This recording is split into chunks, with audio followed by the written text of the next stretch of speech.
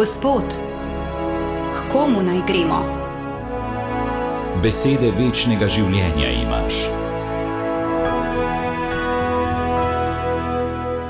2. november, spomin vseh vernih rajnih. Drage poslušalke in poslušalci Radia Ognjišče, dragi bratje in sestre. Obhajamo spomin vseh rajnih vernih, ki želijo nas poglobiti naš odnos do naših pokojnih. Poglobiti želi našo hvaležnost, ki ni samo v tem, da lepo uredimo njihove grobove, temveč da zanje molimo in da jih priporočamo Božjemu smiljenju. V Svetem pismu, v knjigi Modrosti beremo, 1. poglavje, 13. vrstica, Bog ni naredil smrti. On se ne veseli propada živega, kajti vse je ustvaril za bivanje. Nadalje beremo, Bog je človeka ustvaril za življenje, saj ga je ustvaril kot podobo svoje izjemnosti. Te čudovite besede lepo razložijo, zakaj smrt v nas zbuja toliko odpora. Razlog je v tem, da smrt za nas verne ni nekaj dokončnega. Zato se z vsemi močmi borimo proti njej. Enostavno nismo ustvarjeni zanjo in zato ne more imeti zadnje besede. Današnje berilo iz knjige Modrosti nam zagotavlja, duše pravičnih so v Božji roki in nobeno trpljenje jih ne bo doletelo. V očeh neumnih se zdijo mrtvi. Njihov odhod velja za polom in njihovo potovanje prosi od nas za propad. Toda oni so v miru. Čeprav se ljudem zdi, da so bili kaznovani, je bilo vendar njihovo upanje prežeto z nesmrtnostjo. Zanimivo, da današnja Božja beseda pristopi k smrti iz bivanjskega vidika. Človek je zaznamovan smrtjo od samega začetka. Zato sveti Avguštin takole razmišlja. Ko se človek rodi, lahko v njem pletemo vse mogoče domneve. Morda bo lep ali pa bo grd, lahko bo reven ali pa bogat. Morda bo dolgo živel ali pa tudi ne. O nikomor pa ne rečemo, morda bo umrl ali pa tudi ne. To je edina gotova stvar v življenju. Zato sveti Avguštin ugotavlja, da bi morali za vsakega človeka, ki se rodi, reči obožec, moral bo umreti, obsojenje nima pomoči. Neizprostnost gotove smrti vzbuja v človeku strah, vzbuja žalost, pa tudi bolečino, včasih celo odpor.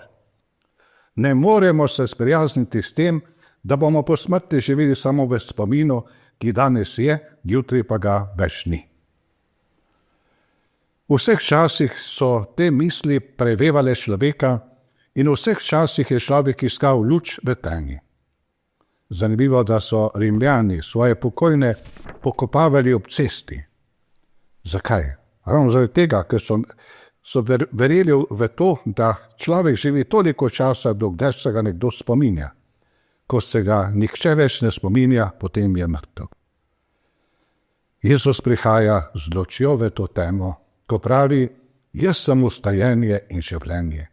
Kdor vame veruje, bo živel tudi še umrje, in vsakdo, ki živi in vame veruje, vekomaj ne bo umrl. Ta stavek lahko imenujemo osrednji Jezusov izrek. Ne samo zaradi tega, ker stoji ravno na sredini Janezovega evangelija, ampak predvsem zaradi vsebine. Kjerkoli se oznanja Jezusa evangelij o njegovem delovanju, o njegovih čudežih, o njegovem oznanjevanju, se vedno zaključuje z oznanilom o končnem cilju vsega, ki sloni na resnici, da je Jezus premagal smrt in se vrnil k Očetu. Evangelij nam oznanja, kdor veruje v Jezusa, bo v njem tudi živel. O posodnem dejstvu smrti je še bolj gotovo dejstvo, da bomo vstali od mrtvih, in to samo po milosti njega, ki je premagal smrt, torej po milosti Jezusa Kristusa. Vera v Jezusa Kristusa je temelj upanja za vsakega izmed nas. Postavlja se nam vprašanje, če smo kljub vsem dvomom in drugačnemu mnenju sveta, v katerem živimo, sposobni, da verujemo v stajenje od mrtvih in večno življenje. Kajti, če verujemo, da je Jezus premagal smrt, potem tudi verujemo, da nam je odprl pot v večno življenje. In če verujemo v večno življenje, potem tudi verujemo, da v Bogu živijo naši pokojni. Drugi Vatikanski zbor, ko govori o pokojnih, takole razmišlja. Dokler ne pride Gospod v slavi, so eni na zemlji kot romarji. Drugi, ki so že odšli iz tega sveta, so na poti očiščevanja. Drugi pa že uživajo slavo večnega življenja v Bogu. Vsi mi, ki smo na teh treh različnih stopnjah, vsi pa smo združeni v isti ljubezni do Boga in bližnjega. Verni rajni, ki so umrli v Božji milosti, so Božji prijatelji in zato so tudi že naši priprošniki. Zato naši pokojni niso samo v našem spominu, ampak so naši vzorniki in tisti, ki nam kažejo pot, nam pomagajo na poti naše vere in našega zaupanja v Boga. So pa še drugi, ki so prav tako umrli in imajo na duši male grehe in še niso dosegli polnega očiščenja. Med temi so lahko tudi naši najdražji. Mi pravimo, da so na kraju očiščevanja. Ravno tem je namenjen današnji dan molitve. Kajti njim lahko prav mi pomagamo svojo molitvijo, še posebej z daritvijo svete maše. Ko bodo dosegli očiščenje, ko bodo pridruženi vsem poveličanim, bodo oni nam lahko vrnili, ko bodo za nas lahko pri Bogu posredovali, ko bodo naši priprošniki. Zato je današnji praznik spomina vseh vernih rajnih, praznik vere in upanja. Da se smrtjo naše življenje ne konča, da ni vsega konec, ampak da bomo končali svojo pot v Božjem objemu. Smrt je novo rojstvo, preko katerega vstopamo v neizmerno lepa domovališča nebeškega Očeta. Pot do njih pa nam je pokazal Jezus, ko pravi, da je pot, po katerih lahko pridemo do Očeta, da lahko pridemo do te polnosti življenja. Lepo urejeni grobovi, cvetje in sveče, vse to nam govori o naši veri v večno življenje pri Bogu. Vsak od nas hrepeni, da bi svoje drage še lahko srečal.